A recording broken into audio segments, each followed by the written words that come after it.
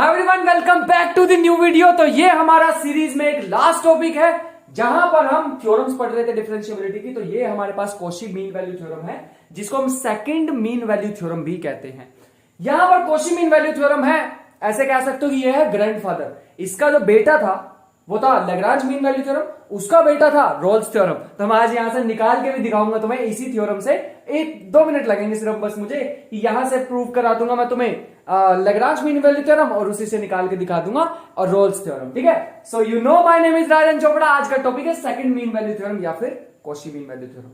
Statement ditto same, fx and gx are two functions continuous in ab, पहले से पढ़ते आ रहे, क्लोज इंटरवल में कंटिन्यूस होना चाहिए। Differentiable in ab, differentiable corner points को इंक्लूड नहीं करेंगे। And g dash x is not equal to 0, क्योंकि यहां पर देख ही पा रहे हो अगर g डैश x 0 आ गया तो भैया नीचे आ जाएगा 0 और जो कि एरर आ जाएगा, इंफिनिटी बन जाएगा, नॉट डिफाइन बन जाएगा। मैथ के स्टूडेंट हो तो इंफिनिटी मत बोला करो, नॉट डिफाइन, नॉट डिफाइन। तो g dash of 0 must should not be equal to 0 for any x या फिर for all x belongs to this. Then if these conditions are satisfied, then there exists c belongs to ab such that this holds.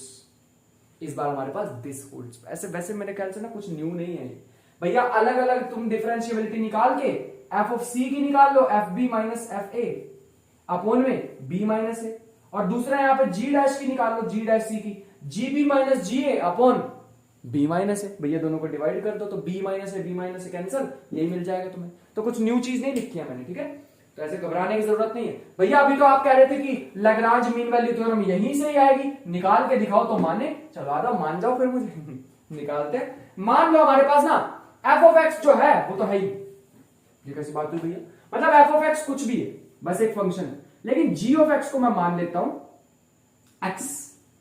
g of x को क्या मान लो, x। अच्छी बात है भैया, अगर आप g ऑफ 1 निकालोगे तो 1 आ जाएगा, g ऑफ 0 निकालोगे तो 0 आ जाएगा।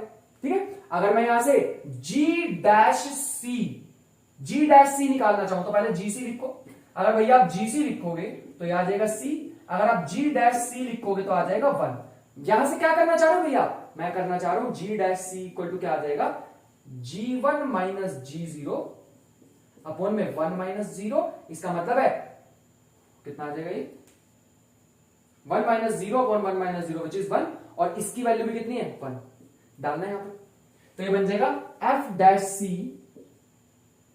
सी g b f B minus F a. अभी मैं कुछ भी मैं यहां से निकाल नहीं रहा, इन दोनों इक्वेशन को डिवाइड करना, तो यहां देखिए जी डैश सी अपॉन जी1 माइनस जी0। यहां पे स्पेशल केस लिया मैंने, स्पेशल केस कौन सा लिया भैया आपने, जब gx क्या हो x, तो gx को अगर मैं x पुट कर दूं तो देखो ये दोबारा क्या बन गई, ये हमारे पास क्या है 1, ये हमारे पास सारा क्या है 1, तो ये कौन सी थ्योरम आ गई, लगाई मैंने कॉशी मीन वैल्यू थ्योरम, लेकिन पहुंच कहां गए भैया, ये तो हमारे पास वही पुरानी अपनी Cauchy Lagrange mean value theorem, तो यही तो है, this is this special case.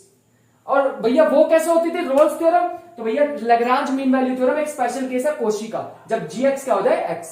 अब तुम खुद बताओ कि Cauchy mean Lagrange Rolle's theorem कैसे निकाल सकते हैं, तो भैया रोल्स थ्योरम तब बनेगी अगर मान लो एफ बी इक्वल टू क्या आ जाए एफ ए के, मतलब लैग्रांज थ्योरम हमारे पास ये वाली है, इसमें एफ बी और एफ ए अगर इक्वल आ जाए, हमने रोल्स थ्योरम में करा था, डाल लो एफ बी और एफ ए अगर इक्वल आ गया तो क्या होगा, जी डैश सी इक्वल टू 0। तो ये क्या होती है, ये होती है भैया रोल्स थ्योरम।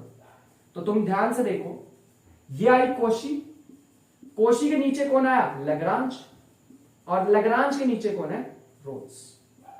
तो तुम्हारे सामने मोस्ट जनरल कौन सी, कॉशी में 2 फंक्शन होंगे। क्या भैया कॉशी की भी कोई जनरल है भैया, रुक जाते हैं, जो करने आया ना पहले उसे कर लेते हैं, उसमें भी बात करेंगे अभी आगे जा। तो फिलहाल के लिए भैया यहां पे हम पहुंच गए इस क्वेश्चन क्या भैया, क्वेश्चन तो कुछ भी नहीं, क्वेश्चन तो यहां पर कुछ दिख ही नहीं रहा, दिख तो रहा भैया, कैसी बात है, हाँ ठीक है ना तो यहां पे हमें दिख रहा है कि भैया हमें क्या करना है, एफ डैश सी अपॉन जी डैश सी, यहां पे आ जाए f B minus F a. F B minus F a का मतलब एक बार 1 डाल दो, एक बार 0 डाल दो, एफ में डालोगे तो 1 डालोगे तो 1 ही आ जाएगा, 0 डालोगे तब भी 1, 1 डालोगे तो 2 आ जाएगा, 0 डालोगे तो 1 आ जाएगा। ठीक है, अपॉन जी में डाल के देखो, एक बार 1 डालो, 1 डालोगे तो 1 3 5 हो जाएगा माइनस, अरे भैया GB minus GA, and points डाल रहा हूं मैं, ठीक है। यहां कितना आ जाएगा, अगर तुम 0 डालोगे तो ये बन जाएगा 0 0 1, तो ये बन जाए, और ये भी कर लो भैया कैलकुलेट। अगर पूरे की जगह c डाल दोगे तो क्या होगा, ये बन जाएगा c cube plus 1, c cube plus 1 की डिफरेंशिएशन करोगे तो 3c स्क्वायर 1 की 0 अपॉन इसकी डिफरेंशिएशन क्या हो जाएगी c स्क्वायर, यहां पे x को c मान लो दिमाग में, तो c स्क्वायर की डिफरेंशिएशन 2c प्लस में 3 इक्वल टू 1 अपॉन 4। देख लो यहां तक कोई इश्यू है तो, मेरे को तो नहीं लग रहा है यहां तक कोई इश्यू, तो तुम्हें लग रहा है तो बता दो। तो ये आ जाएगा 12c square is equal to 2c plus 3, 12c square minus 2c minus 3 equal to 0। तो यहां से तो क्वाड्रेटिक फॉर्मूला बनाना पड़े, c is equal to minus b plus minus b square minus 4ac, b square हो जाएगा 4 प्लस में 4ac क्योंकि नेगेटिव 3 है तो 144 अपॉन में ये हो जाएगा 2a, अरे 144 ही तो हो जाएगा, 3 इंटू 4 12, 12 इंटू 12 144, तो यहां से मेरे को दिखाई दे रहा 148, कितना आ जाएगा 148, ये रब कर लेते हैं, तो ये आ जाएगा 148। चलो यह हमारे पास बनेगा c is equal to 2 plus minus 148 upon 2, ठीक है। तो अब इंटू 12, अब यहां से बड़ी ध्यान से अगर तुम देखोगे, अगर तुम बड़ी ध्यान से देखने वाले हो 148 को तो पहले मैं ऐसे लिखने वाला हूं 2 प्लस माइनस 2, 4 को किससे करें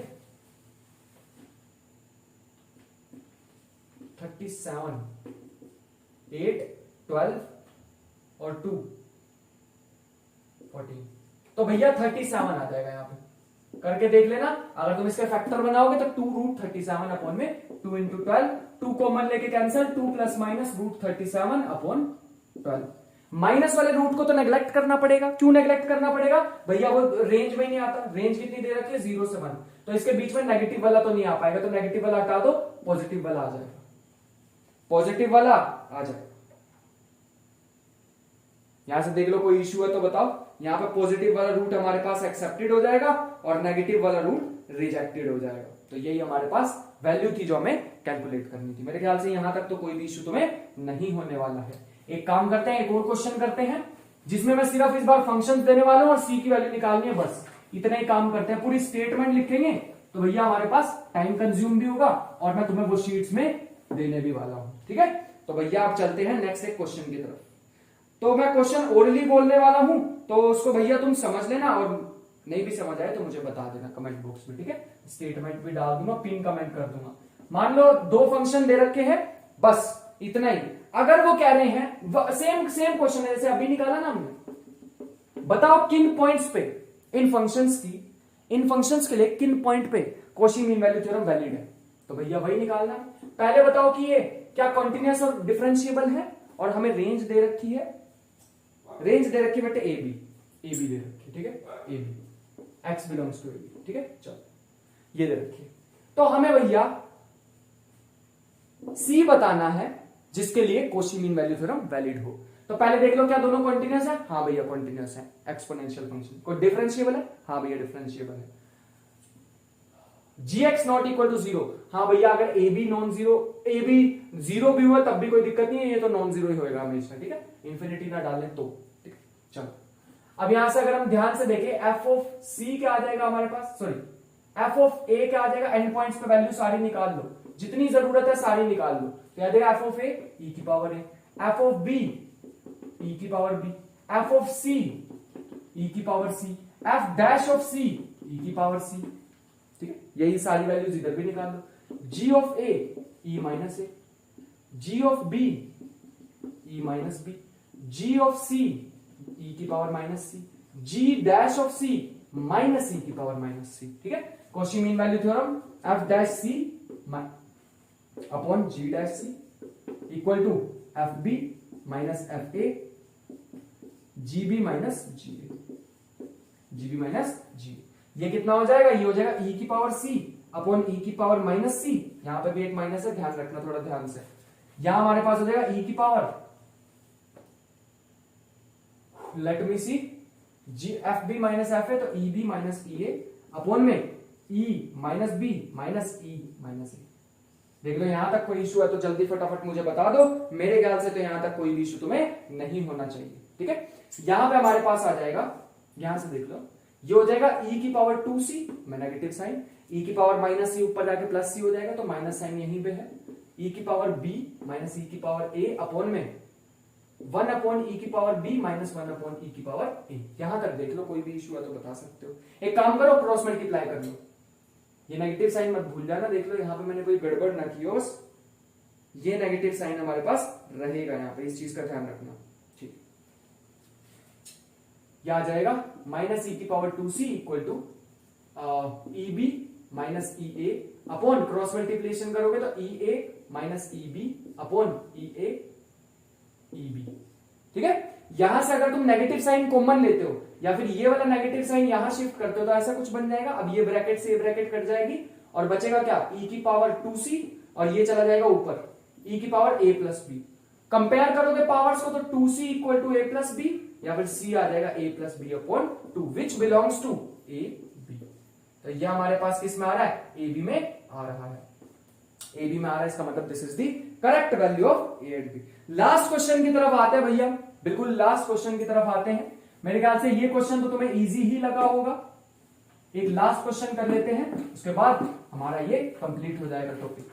लिख लो root X 1/2 root X, root X 1/रूट एक्स, और यहां पे इंटरवल देख लेते हैं हमें क्या दिया हुआ, ए और बी ही है, सेम ही।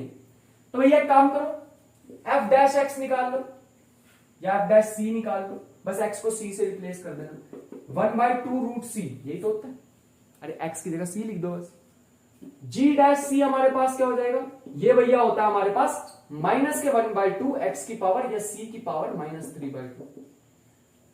डिफरेंशिएशन तो कर लेंगे हम, यहां पे होती है पावर 1/2 आगे आता है, सॉरी ऊपर जाएगा -1/2, -1/2 आगे आएगा -1/2 -1। मैंने जी को सी से रिप्लेस कर दिया बस। चलो कर दो इसमें formula, G F dash C upon ji dash C, F B minus F A upon G B minus G, जो कि हमारे पास इसकी वैल्यू यहां से डाल दो 1/2 रूट सी और उसकी वैल्यू भी डाल दो -1/2 सी 1/, इसकी वैल्यू मेरे को बढ़िया नहीं लग रही है, रूट सी इसकी पावर 1/2 कर लो। ठीक है, अब थोड़ी सही सी लग रही है, कुछ गड़बड़ तो नहीं कर रहे हम, नहीं, बस ये ध्यान रखना कि ये हमारे पास थोड़ा ऐसे है, मैं इसको सही से लिख देता हूं 1/2 रूट सी, अब ठीक है। और ये हमारे पास कुछ ऐसे है, अब ठीक लग रहा थोड़ा सा, इसको इधर कर लेते हैं। एफ बी कितना आ जाएगा, root B minus root A upon ये आ जाएगा 1/√b माइनस 1/√a। अगर हम एलसीएम वगैरह थोड़ा सा लें तो हमारे पास क्या बन जाएगा, एलसीएम लेने के बाद हमारे पास बन जाएगा, लास्ट स्टेप कर लेते हैं बस, अगर हम एलसीएम वगैरह थोड़ा लेंगे यहां पे क्या बन जाएगी वैल्यू, 1/2 से 1/2 गया, ये माइनस साइन यहां पे शिफ्ट कर दो तो ये बन जाएगा, और इस पावर को भी थोड़ा सॉल्व कर रहा हूं मैं, ये आ जाएगी c की पावर 3/2 अपॉन c की पावर 1/2, माइनस को यहां मैं शिफ्ट कर रहा हूं तो ये बन जाएगी root B minus root A upon, minus sign को यहां पे शिफ्ट करोगे तो क्या आएगा 1/√a माइनस 1/√b, उल्टा होगा। इसको सॉल्व करोगे तो c, इसको सॉल्व करोगे तो root B minus root A upon root B minus root A, और पूरे के अपॉन में रूट ए बी, ये पूरी ब्रैकेट कैंसिल और ये ऊपर c equal to root a b. Geometric mean जैसा लग रहा है, which is from a to b, and that is the final answer. क्योंकि ये ए और बी के बीच में एग्जिस्ट कर रहा है, इसका मतलब भैया ये हमारे पास वैलिड सी है, तो इस सी पे या इस सी के लिए Cauchy mean value theorem valid होने वाली है, and that is the final answer. I hope कि आज की वीडियो में मजा आया होगा। एक छोटी सी ही वीडियो थी, बट मैं क्वेश्चन जितने ले सकता था मैंने ले लिए हैं मैक्सिमम, मोटा मोटा आइडिया तो मैं पता लग गया होगा, और मैंने प्रैक्टिस शीट्स भेज दिया। अब तुम्हारा टाइम है, अब तुम्हारा टाइम है, अब तुम्हारा वक्त आ चुका है, तो भैया इसके क्वेश्चंस करो, लगाओ, जितने ज्यादा प्रैक्टिस करोगे उतने ज्यादा अच्छे मार्क्स आएंगे। मिलते हैं नेक्स्ट लेक्चर में, तब तक के लिए ख्याल रखना, ढेर सारी पढ़ाई करते रहना और उससे भी ज्यादा मेहनत करते रहना। मिलते हैं नेक्स्ट लेक्चर में, तब तक के लिए बाय बाय।